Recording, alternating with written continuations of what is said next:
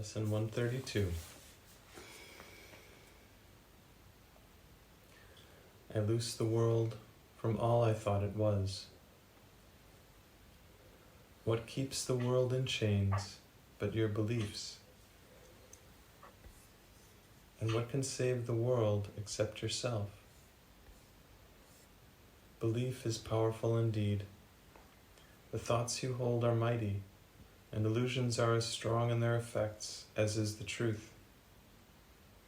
A madman thinks the world he sees is real and does not doubt it, nor can he be swayed by questioning his thoughts' effects.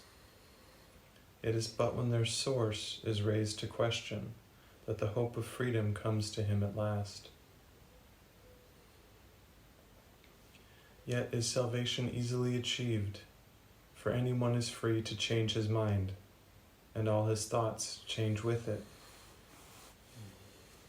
Now the source of thought has shifted, for to change your mind means you have changed the source of all ideas you think or ever thought or yet will think. You free the past from what you thought before. You free the future from all ancient thoughts of seeking what you do not want to find.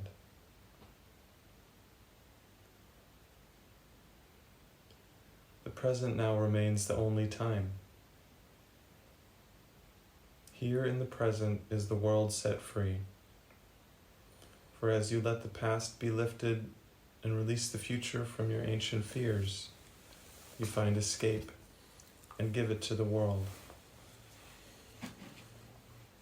You have enslaved the world with all your fears, your doubts and miseries, your pain and tears, and all your sorrows press on it and keep the world a prisoner to your beliefs.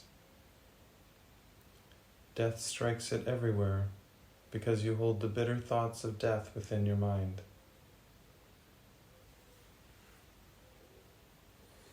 The world is nothing in itself.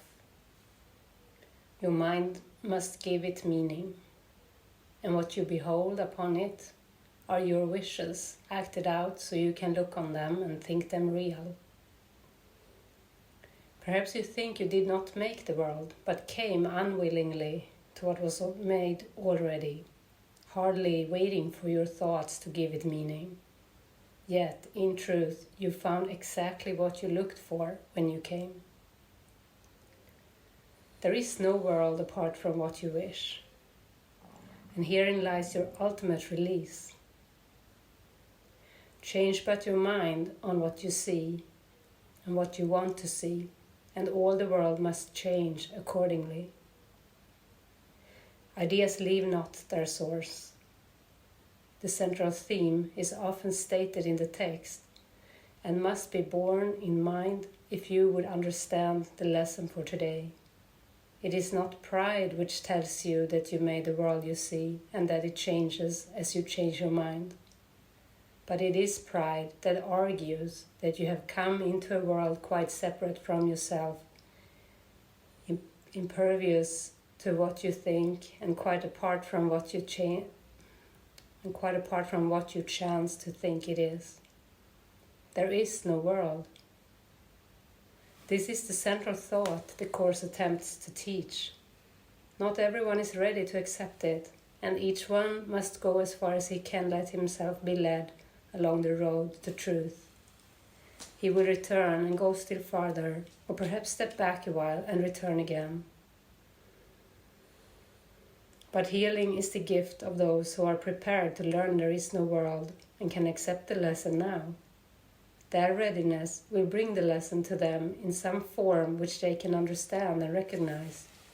Some see it suddenly on point of death and rise to teach it. Others find it in experience that is not of this world, which shows them that the world does not exist because what they behold must be in truth, and yet it clearly contradicts the world.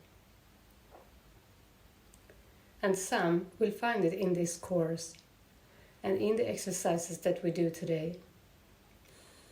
Today's idea is true because the world does not exist.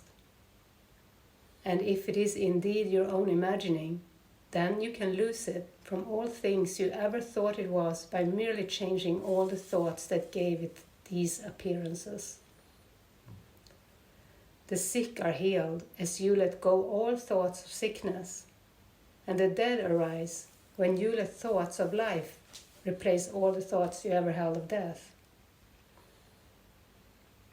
A lesson earlier repeated once must now be stressed again, for it contains the firm foundation for today's idea.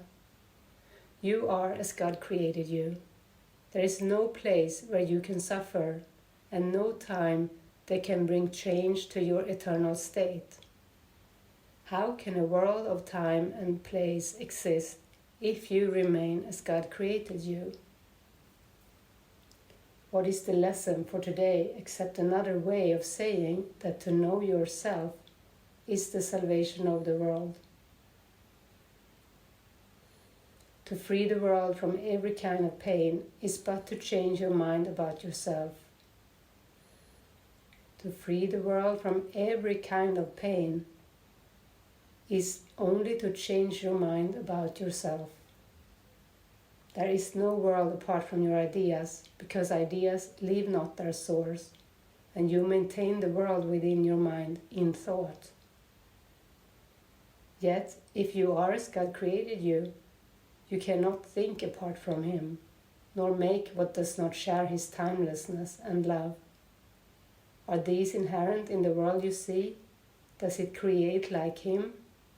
Unless it does, it is not real and cannot be at all. If you are real, the world you see is false, for God's creation is unlike the world in every way. And as it was His thought by which you were created, so it is your thoughts which made it and must set it free, that you may know the thoughts you share with God. This is divine logic. If you are real, the world you see is false, for God's creation is unlike the world in every way. And as it was His thought by which you were created, so it is your thoughts which made it and must set it free, that you may know the thoughts you share with God. Release the world. Your real creations wait for this release, to give you fatherhood, not of illusions, but as God in truth. God shares His fatherhood with you, who are His Son, for He makes no distinctions in what is Himself and what is still Himself. What He creates is not apart from Him, and nowhere does the Father end and the Son begin as something separate from Him. There is no world, because it is a thought apart from God, and made to separate the Father and the Son, and break away a part of God Himself, and thus destroy His wholeness. Can a world which comes from this idea be real? Can it be anywhere? Deny illusions, but accept the truth. Deny you are a shadow, briefly laid upon a dying world. Release your mind, and you will look upon a world released. Today our purpose is to free the world from all the idle thoughts we ever held about it, and about all living things we see upon it. They cannot be there. No more can we. For we are in home, in the home our Father set for us, along with them. And we who are as He created us would lose the world this day from every one of our illusions, that we may be set free. Begin the 15-minute periods in which we practice twice today with this. I, who remain as God created me, would lose the world from all I thought it was. For I am real, because the world is not, and I would know my own reality. Then merely rest, alert but with no strain, and let your mind in quietness be changed, so that the world is freed along with you. You need not realize that healing comes to many brothers far across the world, as well as to those that you see nearby. as you send out these thoughts to bless the world. But you will sense your own release, although you may not fully understand as yet that you could never be released alone. Throughout the day, increase the freedom sent through your ideas to all the world, and say, whenever you're tempted to deny the power of your simple change of mind, I lose the world from all I thought it was, and choose my own reality instead.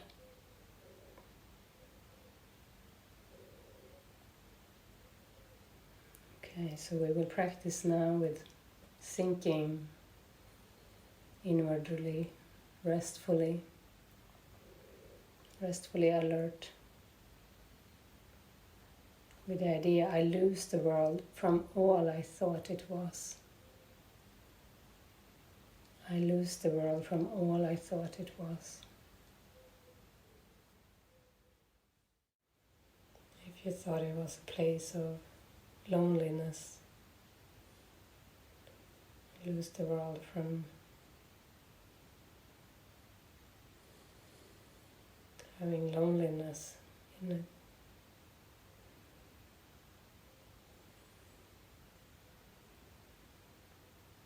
Or if you thought a world is a place where you can be rejected, you can lose the world from being a place of rejection.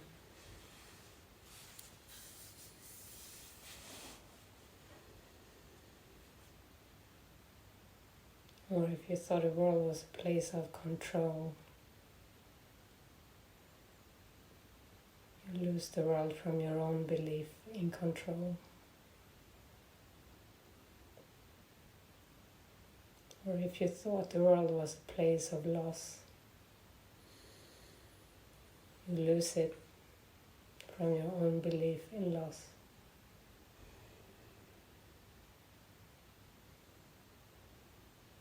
God is very good. God wants you happy. God is not dangerous or risky. God is your Father. God is one with His Son. God is one with you.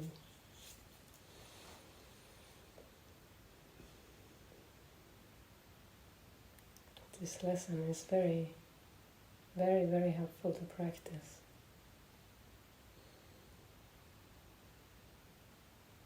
You can even lose the world from believing it is a place.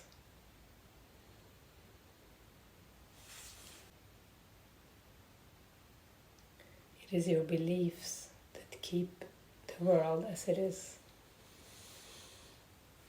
It's not the world that keeps your beliefs as they are. It's reversed. It's your beliefs that make your perception of the world.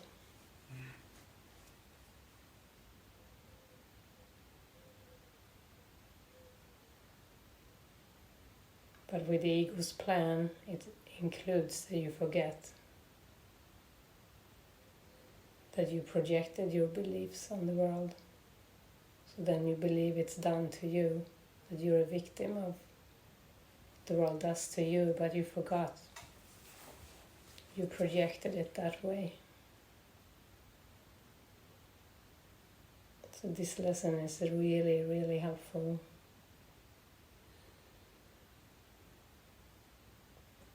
For as you let the past be lifted and release the future from your ancient fears, you find escape and give it to the world.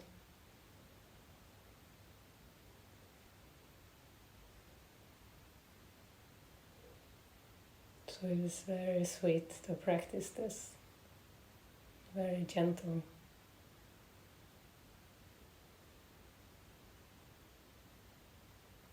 Because we're so used to the world's harshness. But now if we know that it's generated from our own doubts, then it's very, very gentle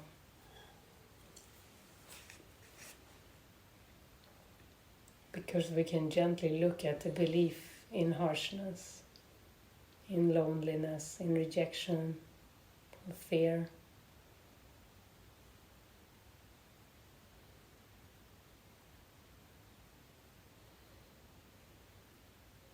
Or loss,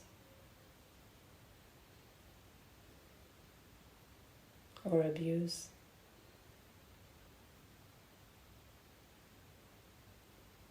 or imprisonment, or war, or attack.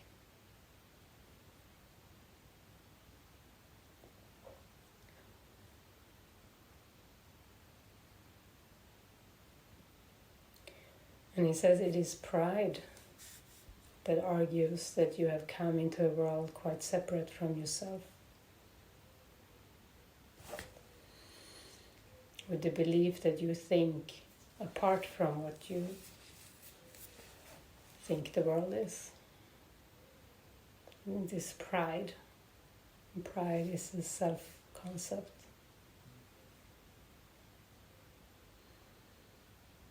It's like a persona. It's like I am an individual. I'm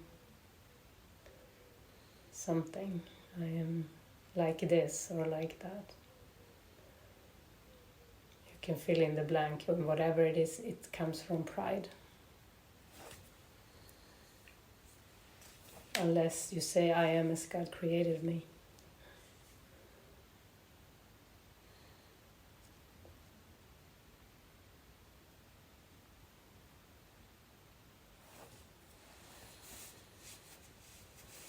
Healing is the gift to those who are prepared to learn there is no world and can accept the lesson now. Healing is the gift. We learn there is no world at all. It's very practical, because even to say those words, there is no world, see how you feel, what comes up. Is there something, I don't know. No, I have to keep up something, or I have to defend something.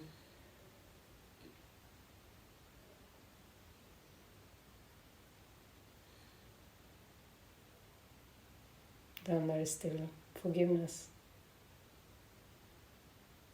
to do, which is another very, very good. It's only gifts that come from the Spirit. Like, if you're ready to accept there is no world, amazing. And if you're not ready to accept there is no world, accept the forgiveness work, which leads you there.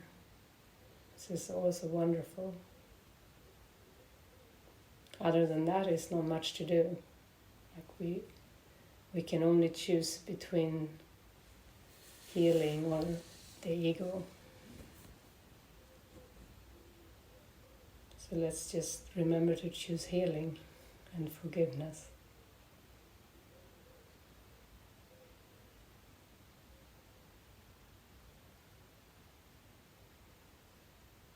Release from doubt and littleness.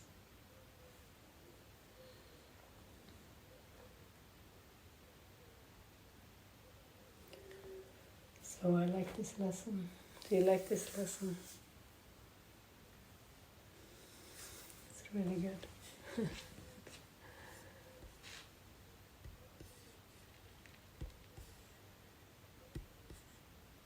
Just ask you all to unmute so we can have sharing.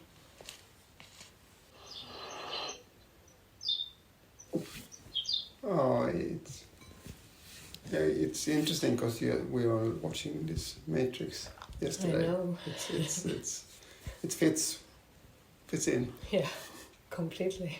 Yeah. I think it fits totally into whatever is going on for me, and all the things looking at them, and really experiencing that the terror is only there until I accept it and allow it and are able to express it. Yeah. very good. Great insight. Great experience.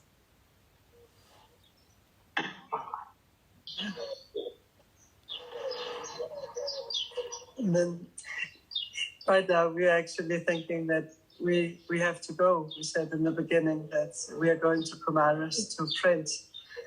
And we have a feeling we should go early to get a lift. Yeah, okay. And I feel really awkward of leaving now. So and saying this, so I just feel like, speaking up. Thank you. So you have a belief that it's bad to leave early or something like that? Yeah, it's bad to leave before we're finished. It's like a disrespect for everyone. Yeah. Yes. Thanks for seeing that belief. But there's a strong belief that we should actually go there now. Yeah, I'd say that is perfect. I feel like holding on to that. Thanks for following the guidance. Like a conflict. Yeah, it feels like a big conflict in my mind. Yeah. No. This you need to practice. There's no people pleasing. Follow the spirit, follow the guidance. Yes. Have a good day. You too. Love you. Bye. Bye. Bye. Bye. Lesson. Bye. Bye. Yeah, we watched the Matrix compilation movie yesterday, Laurie, and there when he gets afraid, he runs and he gets attacked. So it's all about freeing his mind and realizing who he is and realizing the Matrix is just a construction of the mind. So it is very perfect to do this lesson today. It will just really help us. The movie really helped us, and the lesson will really help us further.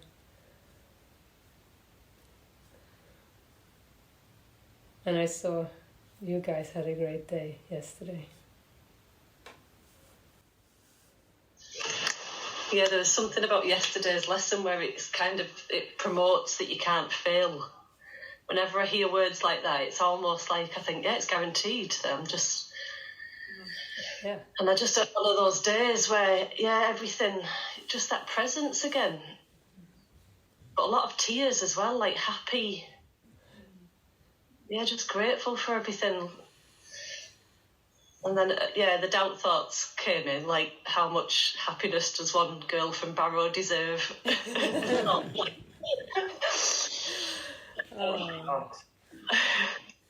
did you say, Matthew? I said a lot. A lot. Infinite, unlimited. Joy. And then during that meditation, when I do sink in, it's almost like I've got no body. I'm kind of just aware of my head.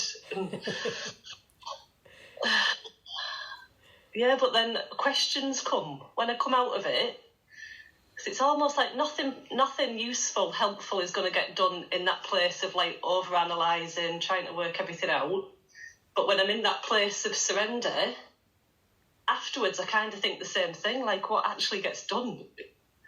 Yeah, and a lot. And that's what is also in the lesson. You may not understand how much is changed from you sinking into peace and releasing the world from your beliefs. You don't realize how much is done. But much more is done than you could ever do in form. Yeah, it feels true. Yeah. But then also you bring that peace with you into the doings that you have at hand.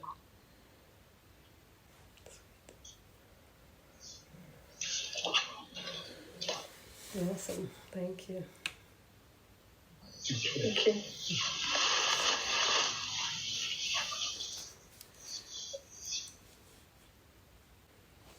Anyone else want to share?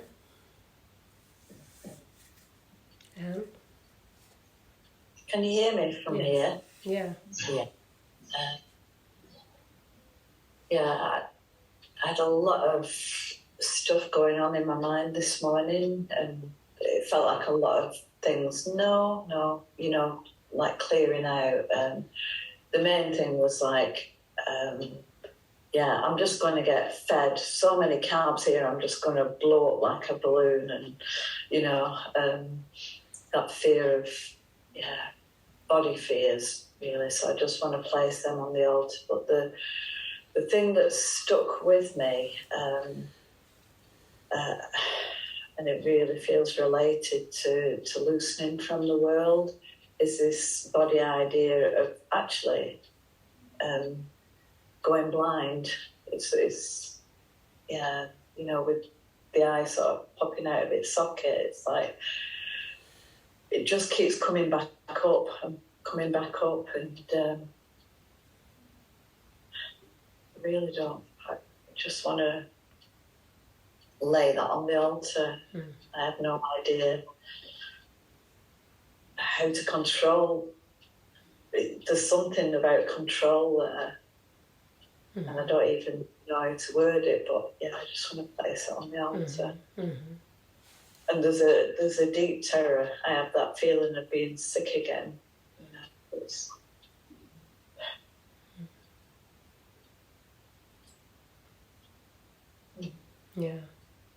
So I think it was something that you said, Jenny, that helped, with the idea of loosening from the world. It's like if you don't feel, almost like you can go, but stay with that, then just go with the forgiveness lessons of what's going on here and now. Yeah.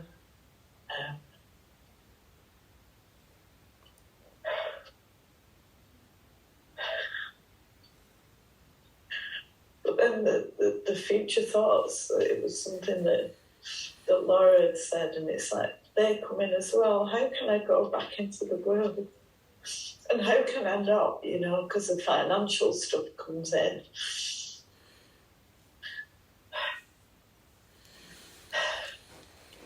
Yeah, it's just to stay really open and like you don't know the plan, and it's all about loosening from control, moment by moment. Just seeing them as very related, the food thoughts and the I thoughts. It's about loosening from control, moment by moment, and really pray and ask for guidance. Be guided with what to eat and when. We're loosening from the idea that we should eat these times and these items, Just use everything to go within and practice, because it's fun. If it's not even real, we can have fun with the practice of being guided out of the matrix.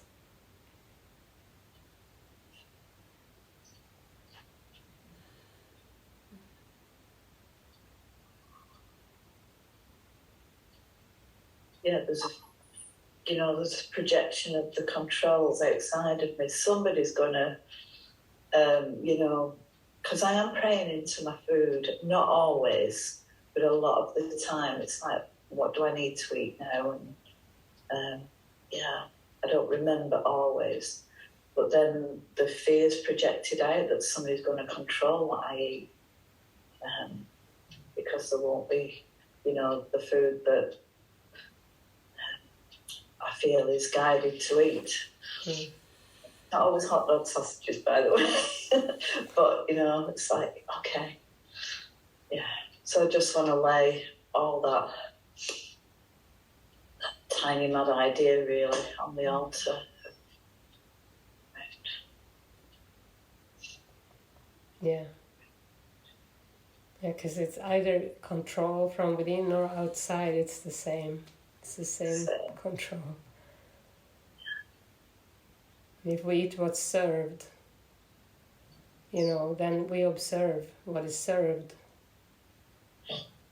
by the character of Anne or other characters, You just, you let go control so much that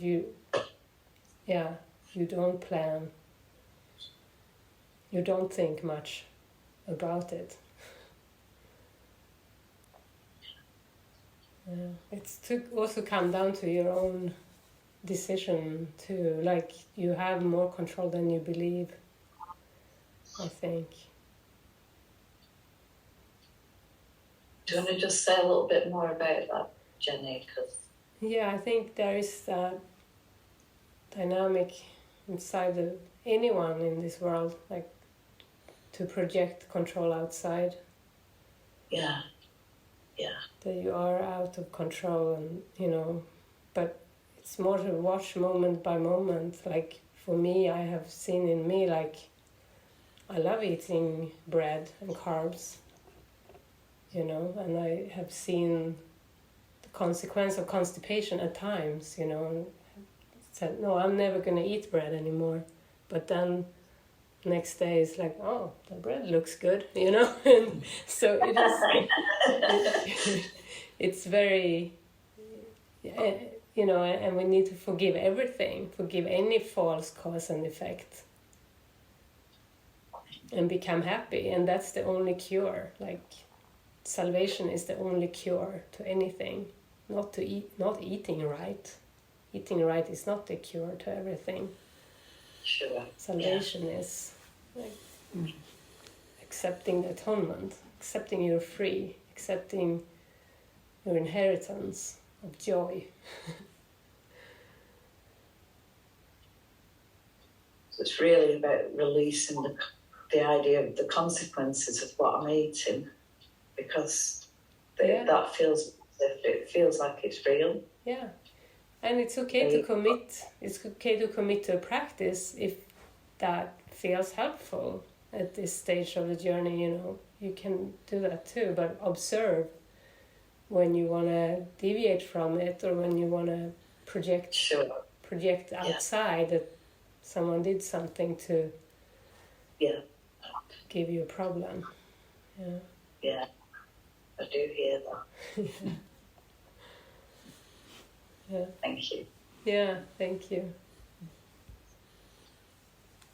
Yeah, I had some issues about that, because before I left home for more than 1 month now, I've been out on Interrail, and then I was a vegan, but now I